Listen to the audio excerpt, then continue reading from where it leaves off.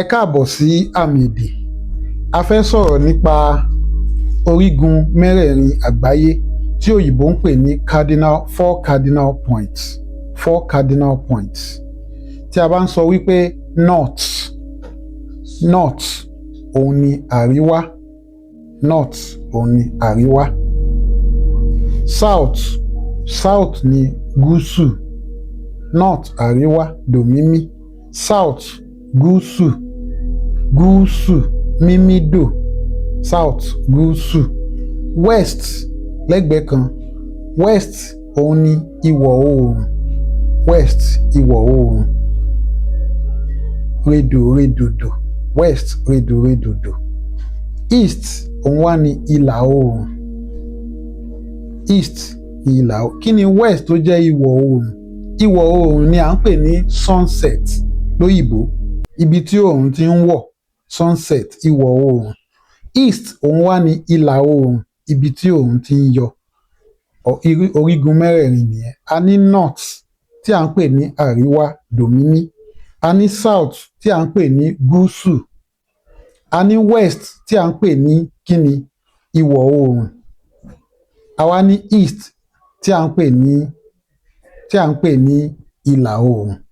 Orígun mẹ́rẹ̀ẹ̀rin nìyẹn. Ní orílẹ̀-èdè Nàìjíríà níbí, a wá ní ìpín sí ọ̀nà mẹ́fà tí a pín ìlú Nàìjíríà sí. Òun ni à ń pè ní a ní north west, a ní north east, a ní south west, a ní south east, a ní south, a dẹ̀ ní north central. Ká bẹ̀rẹ̀ látòrí north west. Tí a bá fẹ́ júwe north west ní Yorùbá, yóò máa jẹ́ àríwá. Kí wá ní west? Ìwọ̀ oòrùn. North west yóò wá jẹ́ àríwá ìwọ̀ oòrùn, òun ni north west. Tí a bá fẹ́ sọ north east, kí ni north east? Kí ni north? Àríwá. Kí ni east? Ìlà oòrùn. North east náà yóò wá jẹ́ àríwá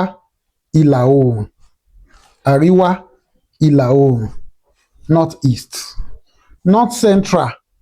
North central yóò jẹ́ àríwá central ààrin gùngùn.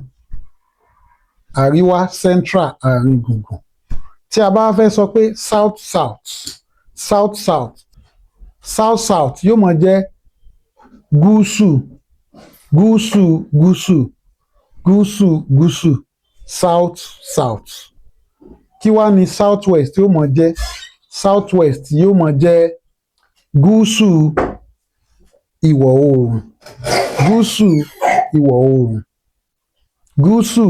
ìwọ̀ oòrùn. Mẹ́fẹ̀ẹ̀fà tí a ní orílẹ̀-èdè Nàìjíríà nìyẹn. Ẹ ṣeun.